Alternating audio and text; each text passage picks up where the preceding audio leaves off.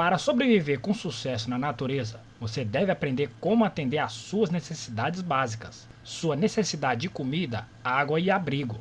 Além disso, você deve aprender como criar um fogo, como navegar pelo terreno e como lidar com ferimentos. Neste vídeo, aprenda os fundamentos de cada uma dessas habilidades. Abastecimento de água. Sua primeira prioridade ao sobreviver em qualquer ocasião deve ser sempre encontrar e manter um abastecimento de água. Seu corpo pode durar semanas sem nutrição alimentar, mas depois de apenas alguns dias sem água, você pode morrer de desidratação.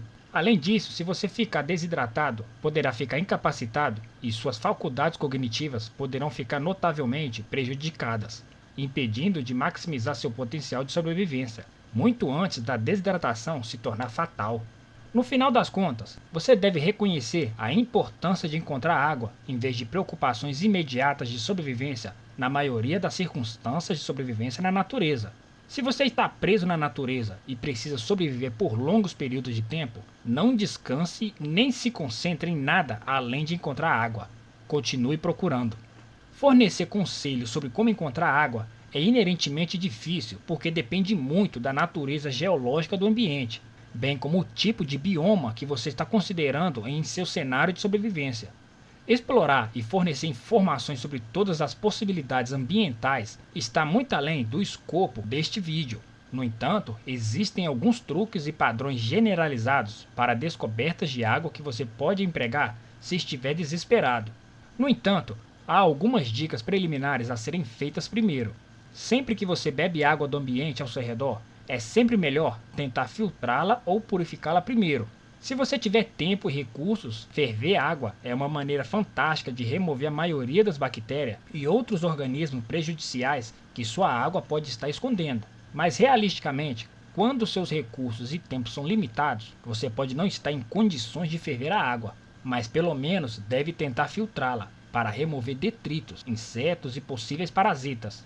Existem vários itens de sobrevivência feitos pelo homem com o propósito de filtrar água, mas métodos mais rudimentares envolvem filtrar água através de tecido ou um denso monte de folhas ou cascas também pode ser viável.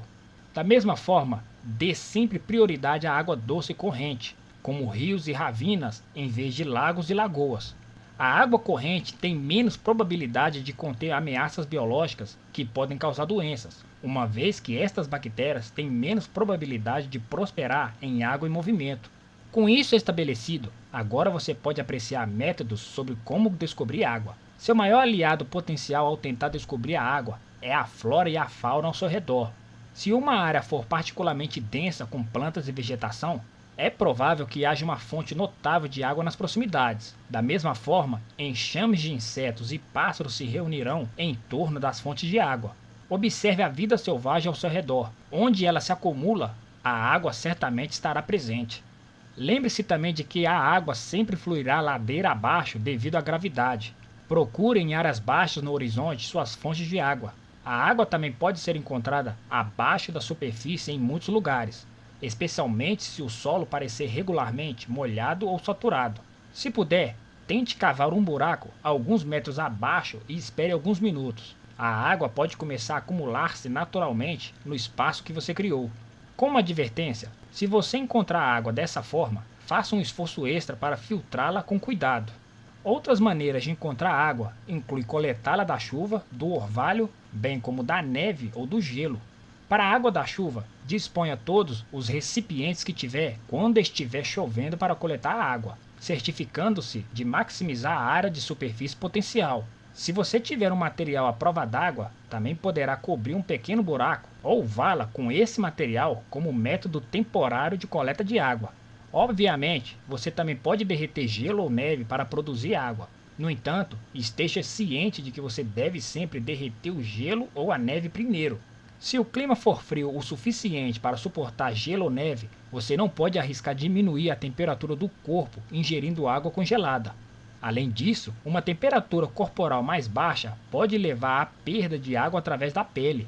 Finalmente, você pode coletar água do orvalho usando um tecido para absorver a água das plantas próximas e depois coando esse tecido. Naturalmente, a melhor hora para coletar o orvalho é de manhã cedo, quando a água do ar se condensou na flora circundante mas antes que o sol nascente faça com que ela evapore. Forrageamento. Aprender como recolher alimentos na natureza selvagem enfrenta problemas semelhantes ao de aprender como recolher água. As potenciais fontes de alimentos disponíveis dependem em grande parte da ecologia da natureza selvagem local, de outros fatores geográficos, bem como da época do ano. Devido a isso, um guia exaustivo sobre como encontrar comida está além do que pode ser ensinado neste vídeo. Se você quiser aprender como procurar alimentos e como caçar na natureza local, é melhor estudar isso em detalhes separadamente, pois isso pode indicar as plantas comestíveis e a caça na área em questão. Acima e além dos conselhos específicos do local, no entanto, existem algumas tendências que tendem a ser universais. Em qualquer situação de sobrevivência, você precisa aprender a evitar plantas potencialmente tóxicas se quiser forragear. Se você vir um candidato comestível em potencial, tente observar se consegue encontrar algum outro animal na área comendo a planta. De modo geral, se os pássaros e outros mamíferos conseguem tolerar uma fruta ou baga, há maiores chances de você conseguir. Além disso, se estiver desesperado, você pode realizar etapas do teste de comestibilidade, um teste desenvolvido para determinar se alguma planta pode ser comida. Neste teste, a primeira instrução é separar a planta escolhida em todos os componentes, as raízes, os frutos, as folhas, o caule e assim por diante. Você faz isso porque certas partes da planta podem ser comestíveis, enquanto outras não. Se você quiser determinar metodicamente quais partes são venenosas ou não, será necessário testá-las individualmente. A seguir, você aplica essas peças em áreas sensíveis da pele, como o pulso ou cotovelo, e mantém o contato por alguns momentos. Recomenda-se 15 minutos. Se a sua pele começar a desenvolver uma reação negativa, como queimação, inchaço ou picada, a planta provavelmente não é segura para comer, e você deve enxaguar a área que teve contato com a planta. Depois disso, a próxima etapa é tentar ferver os componentes da planta. Algumas plantas tóxicas tornam-se comestíveis depois de cozidas. Portanto, ferver a planta diminui a chance de você ficar doente. Mesmo que você não tenha recursos ou tempo para ferver a planta, você ainda pode realizar o restante dos testes de comestibilidade. A fervura apenas torna a ingestão de uma planta desconhecida um pouco mais segura. Em seguida, coloque a planta dentro da boca por alguns instantes. Nesta etapa, você está testando qualquer reação adversa, assim como na etapa anterior, em que a planta foi aplicada na pele. A decomposição química dos alimentos, na verdade, começa com enzimas na saliva, que podem liberar compostos venenosos da planta se não estiverem imediatamente presentes ao toque.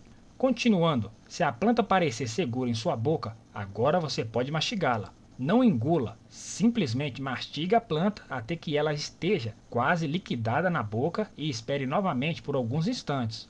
Caso ocorra alguma reação adversa, cuspa a planta e limpe a boca com água. Finalmente, agora você pode engolir. Você ainda pode ficar doente, mas os estágios seguintes reduziram notavelmente a probabilidade. Caso fique aparente que você foi envenenado, você deve se esforçar a vomitar e depois se reidratar com água. Sempre que você testar uma planta dessa forma, também é recomendável controlar algumas outras variáveis. Seu estômago não deveria ter comido várias horas antes e você não deveria comer mais nada durante ou após o teste por várias horas, para garantir que quaisquer efeitos colaterais sejam devidos ao consumo da planta. No geral, apenas seja cauteloso. Como mencionado anteriormente, o corpo pode sobreviver sem comida durante várias semanas. Numa situação de sobrevivência, é melhor levar o seu tempo e descobrir lenta e cientificamente o que pode e o que não pode comer, do que envenenar-se comendo várias plantas ao mesmo tempo, reduzindo a sua probabilidade de sobrevivência e não lhe proporcionando nenhum conhecimento novo. Abrigo. No que diz respeito à construção de um abrigo, a construção de um abrigo eficaz passa por vários estágios. Primeiro, você deve examinar o terreno ao seu redor e encontrar uma área apropriada para construir. Esta área deve ser grande e ampla o suficiente para atender às necessidades de um ser humano, embora não esteja muito exposta aos elementos como áreas planas e esparsas. Expor o seu abrigo a ventos fortes ou chuvas fortes irá muitas vezes danificá-lo ou levá-lo a não fornecer proteção suficiente. O local ideal é um lugar como um dossel baixo ou vegetação rasteira, que o proteja das intempéries. mas onde o chão da floresta ainda seja largo o suficiente para passar facilmente e manter os suprimentos. Além disso, é sempre preferível ter uma fonte de água por perto. No entanto, na mesma linha, você também deve construir seu abrigo a uma distância adequada das fontes de água. Você não quer que seu abrigo seja inundado ou úmido caso uma fonte de água inunde ou se espalhe. Tente sempre construir o seu abrigo a várias dezenas de metros de distância de uma grande fonte de água, ou apenas construa o seu abrigo perto da água se o terreno for formado de tal forma que o risco de inundação pareça insignificante. Depois de descobrir um local adequado, você precisa encontrar uma estrutura natural que possa usar como base para seu abrigo. Isso ocorre por dois motivos. Em primeiro lugar, fixar o seu abrigo peça por peça a um objeto existente torna o seu abrigo muito mais fácil de construir. No entanto, a razão principal e mais importante é dar força e firmeza ao seu abrigo. Qualquer estrutura que você construir manualmente, especialmente como um novato, provavelmente será bem menos segura do que você gostaria que fosse. Ao construir sua estrutura em um grande objeto próximo, como uma árvore derrubada, uma saliência rochosa ou galhos de árvores firmes e baixos, sua estrutura terá mais resistência do que se não tivesse fundação. No entanto, é possível fazer um abrigo sem apoio externo adicional. Por isso, não se desespere se estiver numa situação selvagem e não houver bons apoios potenciais num local de abrigo que de outra forma seria promissor. Tendo isto em mente, inicie a arquitetura da sua estrutura, tentando incorporar objetos grandes e naturais, se possível.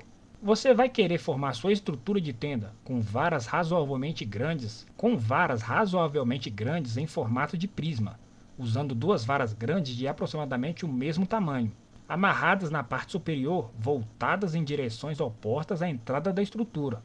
Em seguida, prenda também o terceiro bastão, mais longo que os dois anteriores, amarrado aos dois originais de forma que, quando os 3 gravetos repouserem no chão, eles se apoiem e fiquem em pé. De preferência, você deve fixar esses gravetos com uma corda ou uma treliça durável, mas fornecendo peso, gravidade e ângulo suficientes para que você possa prescindir. Em seguida, encontrando pares de varas sucessivamente menores, prenda esses pares de varas na vara mais longa, de onde as 3 varas se unem até onde elas tocam o chão. Isso completa a arquitetura do seu abrigo. Finalmente, você precisará encontrar pequenos galhos e arbustos para fixar sua estrutura e fornecer uma camada de proteção contra os elementos sobre a estrutura de base que você criou. Essas peças precisam ser posicionadas de forma que não sejam arrancadas ou simplesmente caiam do lugar. Recomenda-se que você faça uma cobertura de superfície densa e multicamadas para dar a melhor proteção. Iniciando um fogo. Além de aprender a fazer abrigo, você também deve aprender a acender uma fogueira. A arte de produzir fogueiras não é inerentemente difícil, mas existem várias armadilhas nas quais o iniciante ignorante pode cair. Antes de iniciar um fogo, você precisa de vários materiais. Você precisa de uma maneira de acender o fogo, seja com fósforos ou com uma perdeneira e aço. Criar uma faísca ou chama inicial é possível com métodos mais rudimentares, como a fricção entre pedaços de madeira. Mas na verdade é bastante difícil e pode levar várias horas de tentativas e erros. Considerando que você deve ter uma fonte de ignição em seu kit de sobrevivência, é melhor aprender primeiro a usar métodos mais modernos. Além do material necessário para a ignição, você também precisará de várias toras grandes para usar como fonte primária de combustível, uma vez que o fogo se estabeleça e precise ser mantido. Além disso, você também precisa de material inflamável e gravetos, que felizmente também pode ser encontrados em abundância em todas as florestas. Isca refere-se ao seu material de queima inicial. É o que você acende para começar e usa para acender os materiais maiores e mais difíceis de queimar. Existem vários materiais feitos pelo homem que são boas fontes de material inflamável, como papel, palha de aço, tecido e algodão. Em uma situação selvagem, sua isca geralmente será folhagem seca, grama ou galhos muito pequenos. Quanto aos gravetos, os gravetos são intermediário entre o material inflamável e a fonte persistente de combustível. Eles acendem mais facilmente do que uma tora grande, mas produzem uma chama estável e mais persistente do que a sua isca.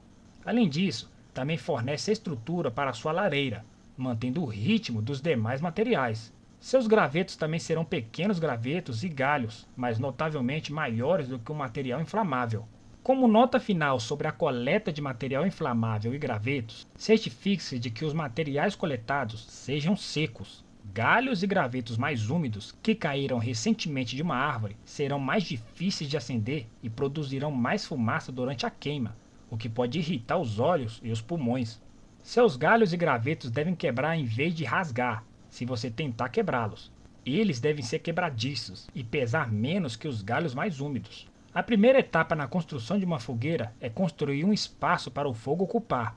Existem duas maneiras de conseguir isso. Você pode cavar um pequeno buraco para conter o fogo e coletar cerca de uma dúzia de pedras de tamanho moderado e formar um anel ao redor do local pretendido do fogo. Ao escolher o local do fogo, esteja ciente de que não há objetos inflamáveis perto da área escolhida, incluindo folhagem natural. Se uma camada de folhas secas e pequenos galhos ocupar o espaço da floresta onde você está, limpe uma área do espaço com um pé de pelo menos alguns metros de largura. Isso garantirá que nenhuma faísca aleatória incendeie a floresta ao seu redor. Depois de fazer sua fogueira, coloque uma porção de isca dentro dela. Em seguida, forme uma estrutura semelhante a uma tenda com paus e galhos sobre os gravetos. Certifique-se de que esta estrutura seja relativamente pequena.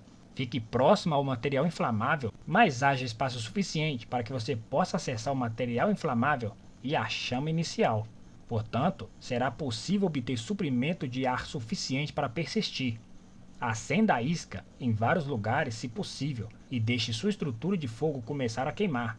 Pode ser necessário soprar suavemente a chama inicial para aumentar o suprimento de ar, ou, alternativamente, protegê-la de ventos mais fortes, que podem extinguir a chama. Depois que os gravetos acenderem e começarem a queimar bem, adicione combustível de longo prazo, como toras e pedaços grandes de madeira, para permitir que o fogo continue queimando. Navegação. A próxima habilidade de sobrevivência com a qual você precisa se familiarizar é a navegação. Sempre que você estiver tentando sobreviver na selva, precisará de um método para entender onde está localizado. Mover-se ainda mais para a selva quando você pretende sair dela, perder seu acampamento ou ser incapaz de encontrar a sociedade novamente são ameaças significativas à sobrevivência. O ideal é que você tenha uma bússola e um mapa do terreno local em seu kit de sobrevivência, que poderá usar para navegar confortavelmente. Mesmo que essas ferramentas não sejam encontradas em lugar nenhum, ainda existem técnicas mais antigas que podem ajudá-la a encontrar seu caminho. Em primeiro lugar, o ditado testado e comprovado de que o sol nasce no leste e se opõe no oeste nunca fará mal a você. Outro marcador astronômico é a Lua. Sempre que a Lua estiver em fase crescente, visualize uma linha reta conectando as duas pontas do crescente. Se você estiver no hemisfério norte, esta linha estará voltada para o sul. Por outro lado, se você estiver no hemisfério sul, que aqui o caso é o Brasil, esta linha estará voltada para o norte. Você também pode usar o vento para navegar até certo ponto. Em áreas varridas pelo vento, observe as árvores e veja em que direção elas cresceram, se todos os galhos estão voltados para o mesmo lado. Se isso acontecer, você poderá determinar que os ventos predominantes tendem a vir da direção oposta. Como o princípio atmosférico, o vento ocorre quando o ar quente se move em direção a blocos de ar mais frios. Quanto mais ao norte ou ao sul do Equador você vai, mais frio fica o ar.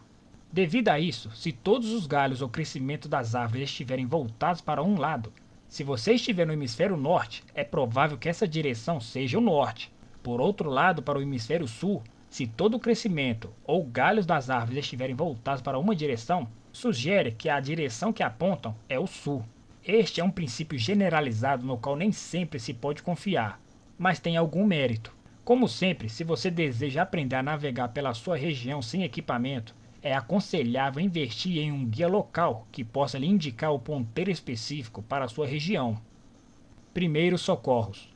A última habilidade essencial de sobrevivência que você precisa é aprender como administrar sua saúde em uma situação de desastre, aprendendo como tratar feridas e prestar primeiros socorros aos necessitados. Para aprender genuinamente como realizar os primeiros socorros, é melhor ingressar em um curso ou organização que irá ensiná-lo e refinar sua técnica de primeiros socorros. Sempre que lidar com uma pessoa ferida, há muitas contingências a serem consideradas e se você lidar mal com a situação, poderá se colocar em perigo ou piorar ainda mais os ferimentos. Por isso, os primeiros socorros serão abordados apenas de forma breve, apenas para lhe dar um esboço do processo e promover maior interesse. O primeiro passo em um cenário de primeiros socorros é verificar se há alguns perigos potenciais que possam ter ferido quem você está tentando prestar os primeiros socorros. Lide com ou mitigue esses perigos antes de prosseguir com o tratamento da pessoa ferida. Caso contrário, você arriscará a si mesmo e a pessoa ferida. O passo inicial é verificar se há sinais de consciência ao aplicar os primeiros socorros. Se a consciência estiver comprometida, isso pode dever-se à falha dos sistemas vitais. Estes precisam ser resolvidos imediatamente. Se a pessoa estiver inconsciente, verifique se há sinais de respiração. Se não estiver respirando, você precisará tentar abrir suas vias respiratórias, tentando remover detritos de sua garganta ou colocando-os em uma posição onde a respiração seja mais fácil, como de costas para o chão. O próximo passo é verificar a pulsação, no pulso ou no pescoço. Se não houver pulso, você precisará tentar sustentar os batimentos cardíacos fazendo compressões no peito, respirando boca a boca periodicamente. Você deve tentar fazer isso até que a outra ajuda chegue ou o batimento cardíaco seja iniciado novamente. Se o pulso e a respiração de uma pessoa estiverem estáveis, verifique se há lesões menos graves. Se uma pessoa estiver sangrando, você deve aplicar pressão na ferida para tentar interromper o fluxo sanguíneo enquanto tenta evitar o contato com sangue, ou higienizar as mãos posteriormente para evitar transferência de patógenos. Em seguida, os ossos quebrados devem ser tratados com suporte de tipóias ou talas. Você pode usar criativamente qualquer material ao seu redor para atingir esse objetivo, mas a divisão precisa ser forte e não quebrar e deve ser bem fixada para não oscilar. Para queimaduras, aplique água e cubra com um pano úmido. Pomadas ou outros tratamentos aparentemente benéficos podem piorar as queimaduras, portanto, evite a tentação de usá-los. Finalmente, você também pode precisar lidar com um choque emocional, que pode ser fatal. Converse com a pessoa enquanto você aplica os primeiros socorros e faça perguntas para ver se ela consegue se lembrar de informações pessoais. O processo de recuperação da memória pode ajudar a mitigar o choque. Este é o básico dos primeiros socorros, mas há muito mais para aprender. Como mencionado anteriormente, mesmo com boas intenções você pode piorar uma lesão. Portanto, se estiver interessado em aprender primeiros socorros, procure aconselhamento profissional. Por último, você também deve aprender a curar feridas. Na maioria das circunstâncias, o sistema imunológico das pessoas é suficientemente robusto para que os ferimentos leves não nos causem muitos danos. No entanto, numa situação de sobrevivência em que você pode estar desidratado, desnutrido e exposto a mais patógenos do que o normal, lidar adequadamente com as feridas pode salvar vidas. Primeiro, ao fazer um curativo, você deve limpar a área com água e remover quaisquer detritos ou sujeira da ferida. Em seguida, higienize a área com desinfetante, que deve estar em um kit de primeiros socorros. Alternativamente, o álcool forte também é um bom substituto se o desinfetante adequado não estiver disponível. Em seguida, se ocorrer algum sangramento, aplique pressão com um pano limpo ou cotonete para estancar o sangramento. Se esse sangramento ocorrer em um membro, levante o membro no ar para reduzir o fluxo sanguíneo para essa área. Por fim, faça um curativo firme na área e prenda-o com fita adesiva, um clipe de curativo ou um alfinete de segurança. Com os primeiros socorros e o tratamento de feridas cobertos de forma tênue, você está agora em melhor posição para lidar com ameaças potenciais à saúde. Com os conselhos anteriores sobre água, alimentação, abrigo e navegação, agora você está equipado com suas habilidades básicas de sobrevivência. E lembre-se, esteja sempre preparado.